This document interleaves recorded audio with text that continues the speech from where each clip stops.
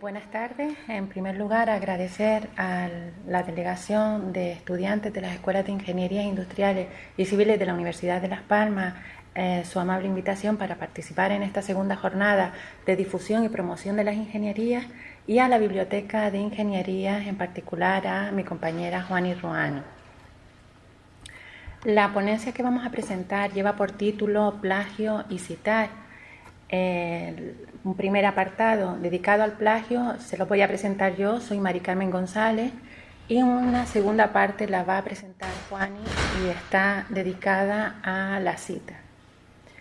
En el plagio vamos a exponer los siguientes puntos: el concepto, la normativa que tiene asociada, el plagio académico, en qué consiste, los diferentes tipos de plagio, cuáles son los motivos y las causas que tiene, y algunas pautas para evitar el plagio. La Real Academia Española define el término plagiar como copiar en lo sustancial obras ajenas dándolas como propias.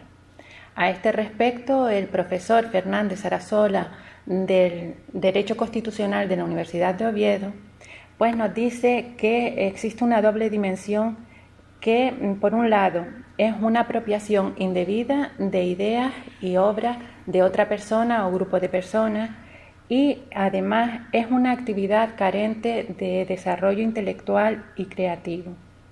Y ambas dimensiones han de tenerse en cuenta si queremos comprender correctamente la violación de derechos individuales que entraña esta conducta, ya que si la primera supone principalmente una violación de los derechos de propiedad individual reconocidos en el artículo 30 de la Constitución española, el segundo representa también una vulneración a la libertad de creación científica que se recoge también en la Constitución española, artículo 20(1)b.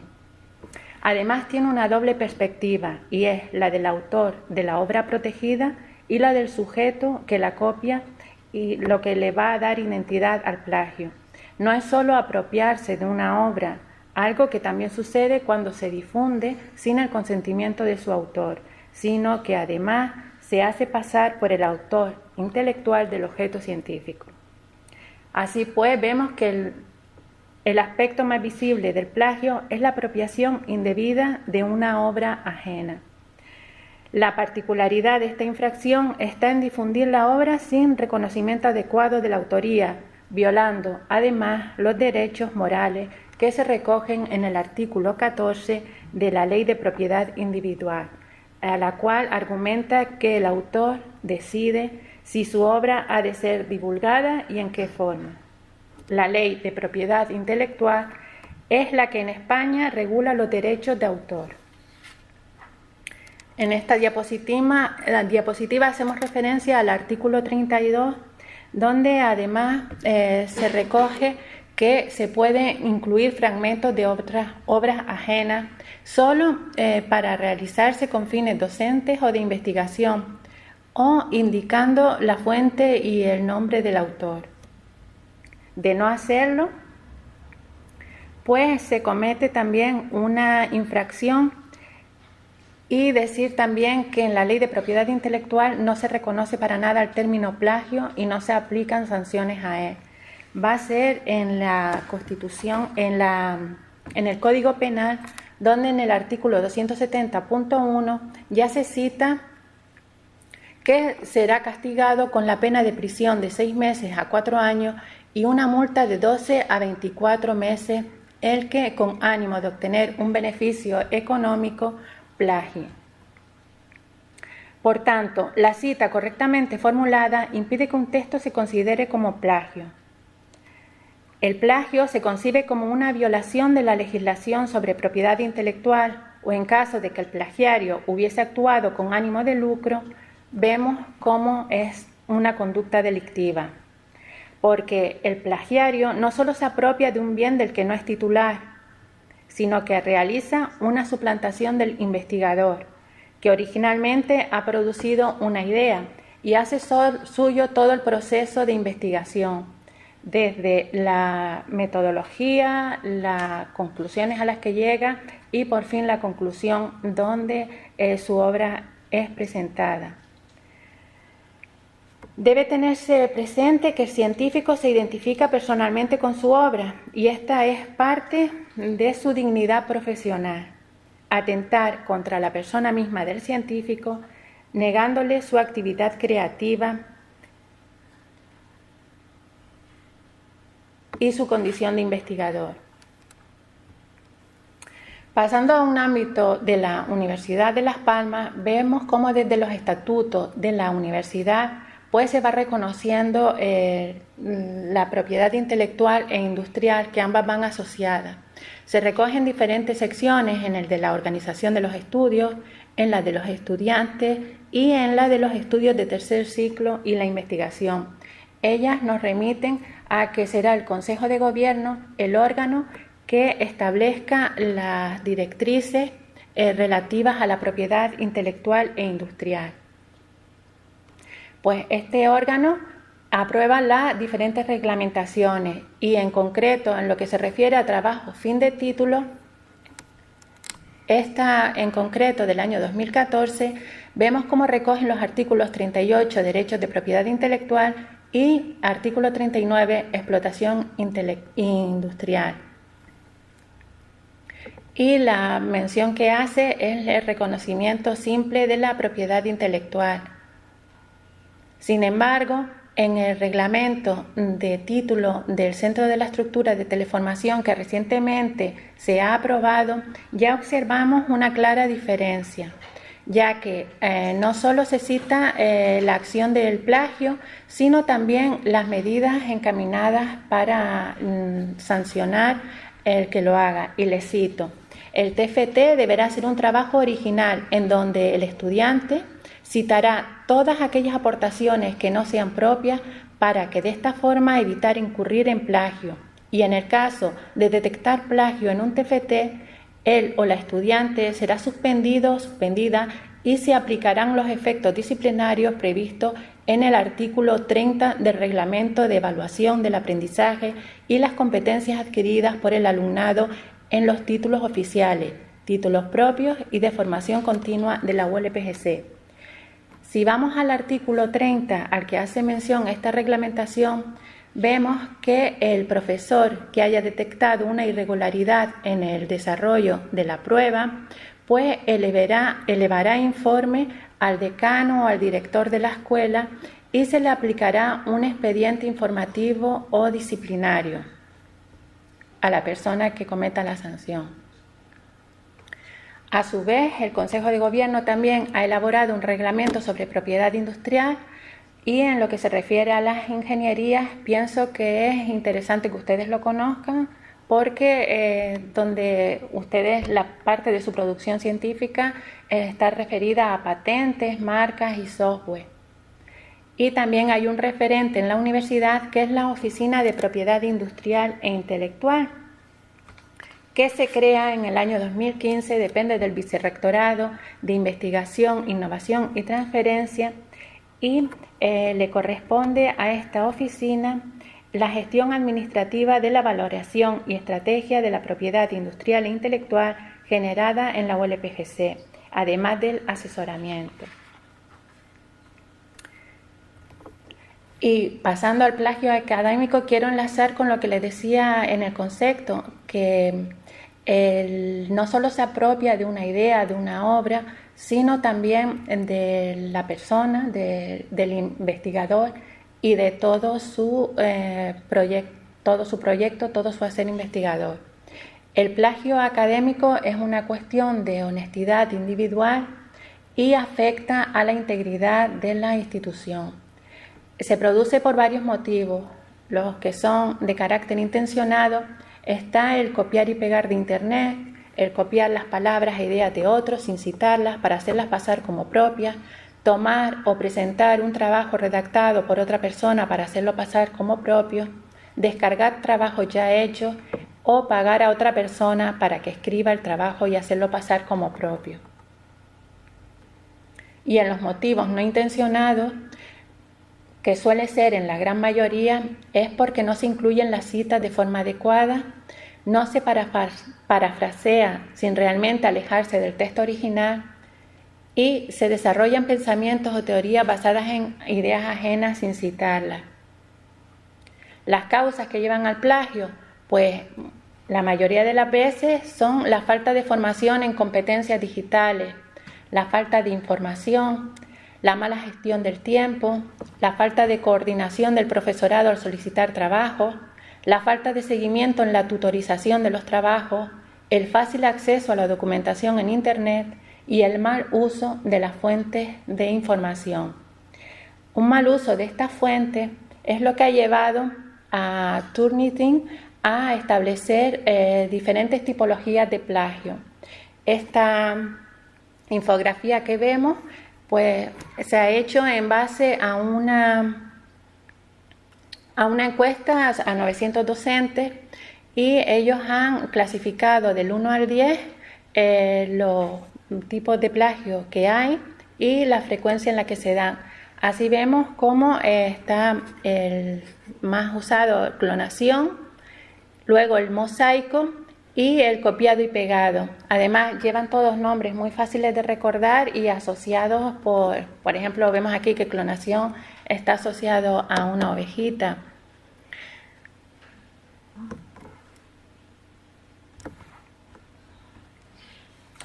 ¿Cómo evitamos el plagio? Pues, por ejemplo, cuando tengamos la idea clara de lo que vamos a trabajar, pues instalar un buen software de referencias bibliográficas y empezar a trabajar, ya que estos gestores bibliográficos organizan, guardan y crean las referencias de las fuentes de información que utilizamos. En el mercado existen diferentes software libres como es Zotero y EndNote. Sin embargo, la biblioteca tiene una suscripción con Mendeley que además en su versión premium pues tiene bastante capacidad. En ella podemos alojar los documentos que consultamos en Internet, incluso los PDF, podemos crear varias carpetas y la ventaja que tiene frente a otro es que nos conectan en redes sociales, podemos seguir el trabajo de otros investigadores y compartir documentos. Otra forma es consultar los permisos que tienen atribuidos las fuentes de información que consulta. No es todo coger de la red, copiar y pegar, ¿vale? Aquí vemos en este semáforo cómo se establecen los distintos permisos atribuidos. Vemos que aquí abajo en rojo está desde el copyright, donde no tenemos permiso, hasta arriba el copyleft, que los permisos están libres y podemos utilizarlos. En medio, las denominadas Creative Commons, que nosotros decidimos qué derechos queremos que tengan los documentos que ponemos en Internet. También están desde las más restrictivas, que no dejan, no permiten derivadas, no comerciales, y hay que citar al autor, a las que simplemente solo tienes que citar el autor. Y además, ahora que está muy de moda el plagio, hay numerosas herramientas para detectarlo. Todos son software que comparan documentos con otros que están alojados en la red, y todo esto que les he puesto aquí son links a herramientas gratuitas. En esta otra, pues, existen herramientas, pero ya son comerciales. Y en el caso de Turnitin, que lo tengo aquí separado, es una herramienta que ahora mismo está siendo valorada por la biblioteca para ponerla en uso. Pero no basta solo con tener una herramienta de estas características para detectar el plagio en un contexto académico como el nuestro.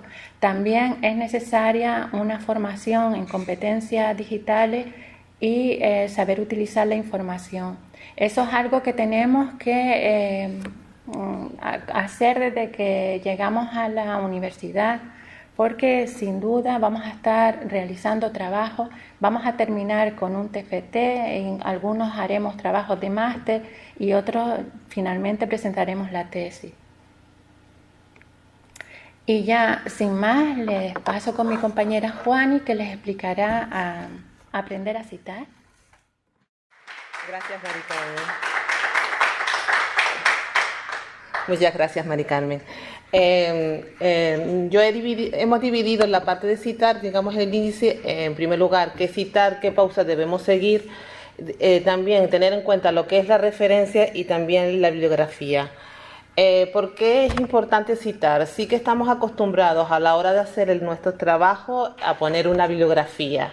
Creemos que simplemente poniendo la bibliografía ya estamos cubiertos de alguna manera y avala nuestro trabajo. Pero ahora, que también lo ha comentado mucho Mari Carmen, cuando habló del plagio no intencionado, incluso de la ley de la propiedad intelectual, se ha hablado de citas. Tenemos que poner también, conforme vayamos haciendo el trabajo, referenciar la fuente, de dónde hemos sacado lo que estamos poniendo. ¿Y por qué hacerlo? Porque de alguna manera así vamos a reconocer los méritos de esa persona de la cual hemos estado hablando, hemos cogido la bibliografía. También es una manera de nosotros argumentar, justificar nuestro trabajo, darle mayor valor e incluso llegar a un momento que digo, vale, yo tengo esta idea que la he cogido de aquí, pero no estoy de acuerdo y pienso que es mejor de esta manera, la enriquecemos.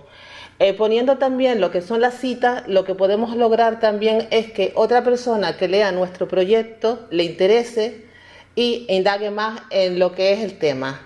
Y por último también, lo que había comentado Mari Carmen, evitamos el plagio. ¿Por qué citar, no? Es para distinguir respetuosamente lo ajeno de lo propio o de lo común. Citar no es una fórmula pedante de cortesía, es simplemente una cuestión de rigor intelectual. La frase famosa, al César lo que es del César, digamos, para podernos entender.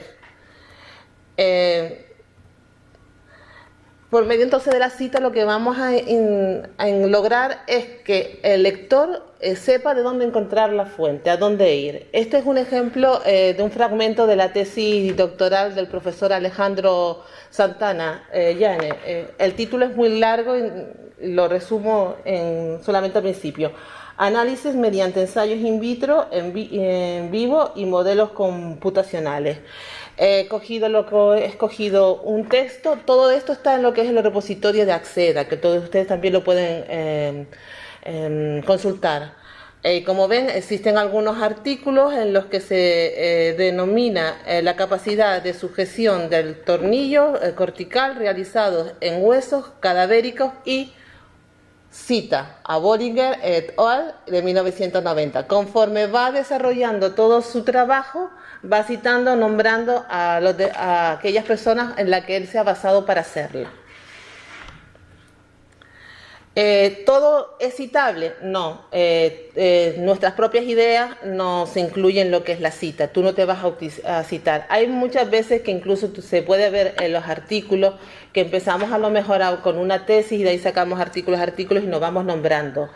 Está bien que te nombres un poco, pero desde el momento que tú basas todo lo que estás haciendo en ti mismo, estás incurriendo en lo que es el autoplagio.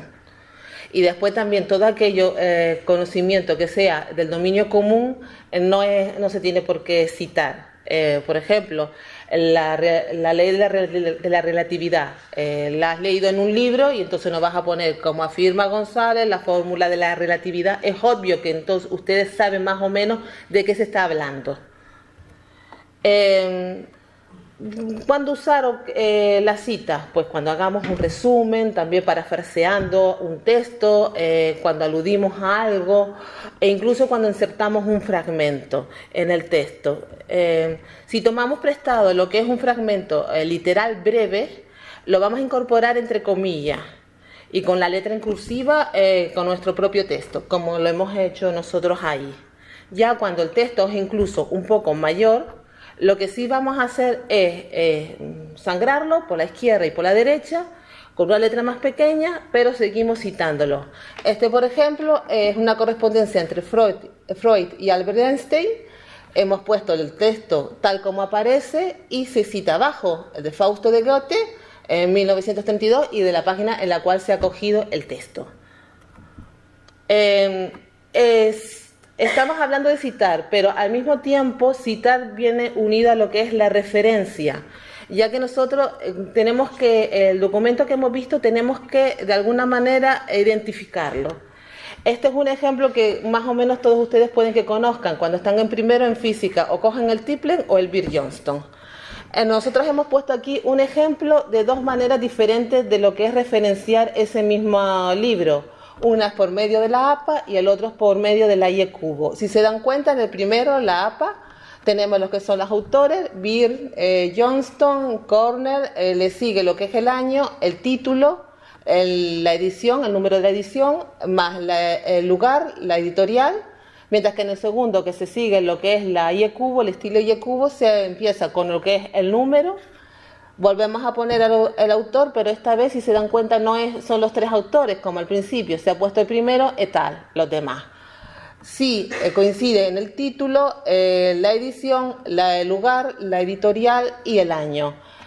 Son estilos diferentes, pero que si se dan cuenta, sí que tienen, digamos, unos campos indispensables. El autor, el título, el lugar, la editorial y el año. Esos 5, digamos, elementos son imprescindibles a la hora de hacer una referencia.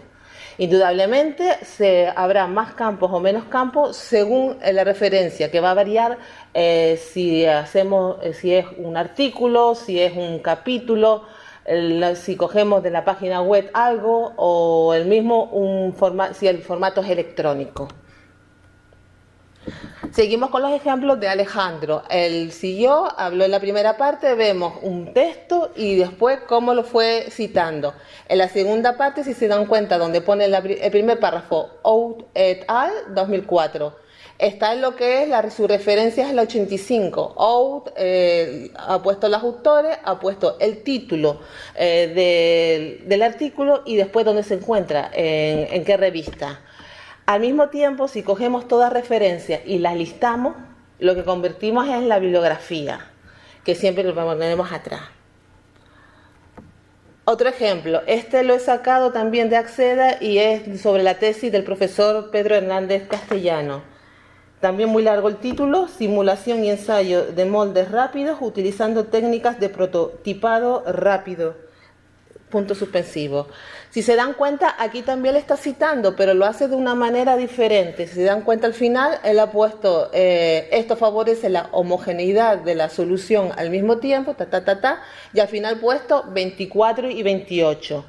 Ha seguido la forma de citar de la IE Cubo, y nosotros a la hora de saber a qué referencia se refiere, tendríamos que ir a la bibliografía y vemos que el 24 es Watson y el 28 Inco. Está aquí la bibliografía, pero ya no está por orden alfabético, sino que alfabetiza o enumera lo que es el mismo número.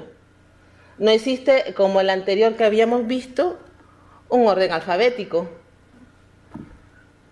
Sí que tenemos que tener muy en cuenta a la hora, y que es muy importante, que ha de haber también una coherencia a la hora de nosotros referenciar, citar. No podemos es igual cuando ustedes hacen el proyecto, que le dan una normativa, tienen que utilizar un tipo de letra. Tú no puedes empezar, por ejemplo, con la Arial, después pasar con la Trebuchet y demás. Tenemos que tener siempre lo que es una coherencia. También la referencia, cuando la vayamos a hacer, el estilo que se utiliza tiene que ser el especializado en tu carrera. En este caso, la IE Cubo. Pero siempre asesórate también por lo que te diga tu profesor. O, por ejemplo, si vas a hacer un artículo, fíjate que al final siempre están las directrices de cómo tienes que hacer artículo. Puedes citar, por ejemplo, utilizando lo que está permitido, la parte de la cita, poner lo que es el autor y la fecha, como ha hecho, por ejemplo, Alejandro. El ejemplo aquí que ponemos, González 2015, y después tú lo que tienes que hacer, pues la bibliografía, ya puedes coger el estilo de la IE Cubo. Sí hemos puesto una parte muy importante que creemos nosotros, y que todo eso lo tienen ustedes en lo que es la página web. Enlaces así como evitar el plagio, los recursos para estudiantes de ingenierías. Hay una guía en la que ustedes pueden ver incluso todo lo que tiene que ver con la bibliografía en cuanto a cómo hacer la bibliografía con el IE Cubo. También está el blog de acceso abierto, en el que les puedes explicar temas así. Hay posts sobre el plagio, lo que es también el acceso abierto, el copyleft. Sí, todas las atribuciones que tienen las obras asignadas. Y también la guía de Mendeley Sotero. En estos momentos, muy pronto, creo que ya empieza mañana, los cursos virtuales. y uno de los que se van a dar son sobre los gestores bibliográficos, concretamente Mendeley. Todavía están a tiempo de apuntarse. Y quisiéramos terminar también con toda la bibliografía que existe sobre este tema o que por lo menos hemos utilizado. Todo este PowerPoint nosotros se lo vamos a pasar también a la delegación para que lo cuelgue. Y en la página web, lo que es en el Moodle, en la parte de bibliotecas, campus social, la parte de biblioteca de ingeniería, también lo vamos a colgar para que todos ustedes también lo vean. Y si tienen alguna pregunta, dime, Gonzalo. Los tipos de menciones o de bibliografía se adecua con una revista, con una página web, un libro. ¿Cómo es la estructura, por así decirlo? ¿Qué línea sigue? Si tú lo ves, por ejemplo, en la normativa que te pone de cómo utilizar la IECubo, te lo va explicando. Te pone, por ejemplo, si utilizas un libro, si tienes un libro, lo tienes que hacer o referenciar de esta manera. Cuando es, por ejemplo, un artículo que has cogido de la misma página web de la biblioteca, que es electrónico, por ejemplo, dice, tienes que seguir estos pasos e incluso tienes que poner el DOI. Cuando, por ejemplo, lo haces, por ejemplo, de la página web, una página web, siempre la tienes que coger la URL, por ejemplo, e incluso decir desde cuándo fue consultada.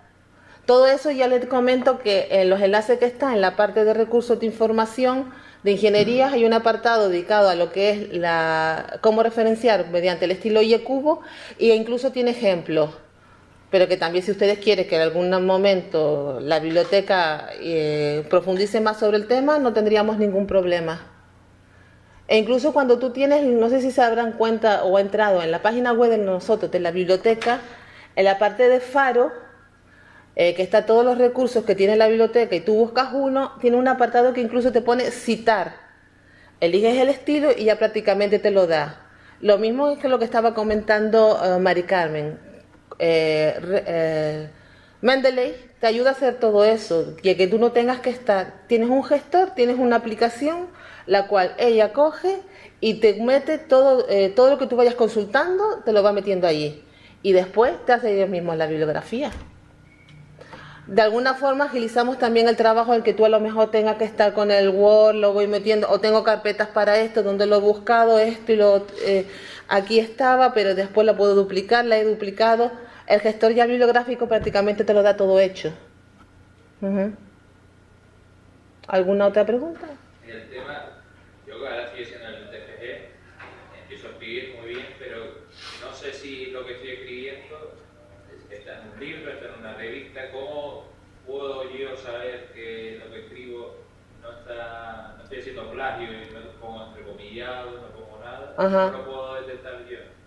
Por medio de las máquinas de Turnitin, ¿no? Sí, pero hay una cosa que es importante. Tú sabes si el trabajo que estás redactando es tuyo. Pero claro, a lo mejor la idea que yo tengo y que no me acuerdo de un escritor o una persona, ¿cómo puedo detectar que ¿Cómo puedes saber si lo que estoy escribiendo, vale? a lo mejor esa referencia pues existe? O la cogiste hace 2 años y ya no te acuerdas de dónde. Por eso es fundamental un gestor bibliográfico. Hay que referenciar siempre. Tienes que, en la medida de lo posible, intentar pues saber que eso que vas a incorporar en tu trabajo de investigación pues es tuyo y no es de otro. Siempre hay que citar. Así que intenta. Y también están, allí les puse las herramientas de software libres para detectar plagio. No llego. Quería ponérselas para que la volviesen a ver, pero se tarda un poquito en llegar. De todas formas, en estar y pasamos el PowerPoint. Pero básicamente en esa aplicación, ese software, es coger ese documento y pasarlo, no sé, subirlo a la plataforma y que ellos te hagan una... ¿Te lo va leyendo? Te va leyendo. Y entonces Sí. te va detectando. Yo no lo conozco muy bien, ¿tú lo conoces? No lo he trabajado, pero sí sé que compara a través de otros textos que hay en la red. Bueno, que tiene como una base de datos de todos los textos. Sí, y también te digo una cosa, hay también muchas estrategias para evitar que un texto lo identifique, ¿vale? Porque también hay trampas, ¿no?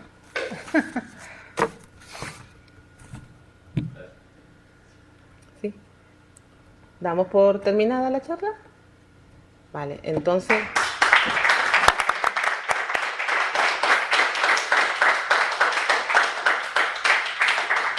Esta es la parte que más me gusta, la gincana. Muchísimas gracias por contar con nosotros y quisiera también darle muchas gracias a Mari Carmen porque realmente nos ha ayudado por querer participar con nosotros. Muchas gracias, Mari Carmen. Gracias a ustedes.